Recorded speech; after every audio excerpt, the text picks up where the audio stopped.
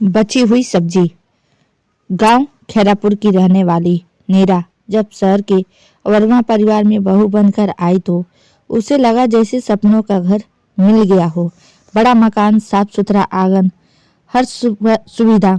पर कुछ ही दिनों में नीरा को समझ आ गया, यहाँ सब कुछ होता है पर बराबरी नहीं। शादी के तीसरे दिन नीरा रसोई में पहुंची। सास शांति देवी ने कहा, सबकी थाली लगने के बाद जो बचे वही तुम्हारा। नीरा ने कुछ नहीं कहा। उसने सोचा, नई बहू हूँ, शायद यही रिवाज हो। डाइनिंग टेबल पर सबके सामने ताजा सब्जी थी। नीरा की थाली में आई बची हुई ठंडी सब्जी। उसने सिर झुकाकर खा ली। दिन बीतते गए। सुबह की बची सब्जी नीरा की, दोपहर की बची रोटी नीरा की, रात का ठंडा खाना नीरा का। अगर सब्जी खत्म हो जाती तो कहा जाता, रोटी खा लो। बहू नीरा कभी शिकायत नहीं करती। माँ की मिलने आई। नीरा ने वही बची हुई सब्जी परोसी। माँ ने थाली देखी और समझ गई। धीरे से बोली, बेटी, बचा हुआ खाना बुरा नहीं, पर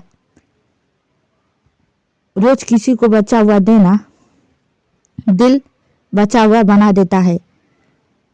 नीरा की आंखें भर आई। लगातार ठंडा खाना खाने से नीरा बीमार पड़ गई। डॉक्टर ने कहा, इसे ताजा खाना चाहिए। सास बोली, हमारे घर में खाना खराब नहीं होता। डॉक्टर ने शांत आवाज में कहा, खराब खाना नहीं, खराब बंटवारा बीमारी बनता है। कमरा चुप हो गया। उस दिन नीरा ने पहली बार कहा, माँ जी, मुझे ज्यादा नहीं चाहिए, बस ताजा खाना चाहिए। सास नाराज हो गई। बहू जवाब चलाने लगी। ससुर गोपाल वर्मा चुपचाप सब देख रहे थे। उन्होंने रात को कहा, जिस घर में बहू रोज बचा हुआ खाए वहाँ संस्कार भी बासी हो जाते हैं। शांति देवी चुप हो गई। अगले दिन रसोई में 2 बर्तन चढ़े। नीरा की थाली पहली बार सबसे पहले लगी। नीरा ने कांपते हाथों से खाना खाया। आज खाना ताजा था और सम्मान भी। अब घर में नियम बदल गया। अब साथ बैठकर खाते। नीरा के चेहरे पर रंग लौट आया। सीख, खाना ताजा हो या बचा हुआ, इंसान को सम्मान ताजा चाहिए। बहू भी इंसान है, डस्टबिन नहीं।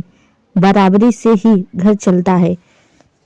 जो घर बची हुई सब्जी से चलता है, वहाँ रिश्ते भी बचते हैं।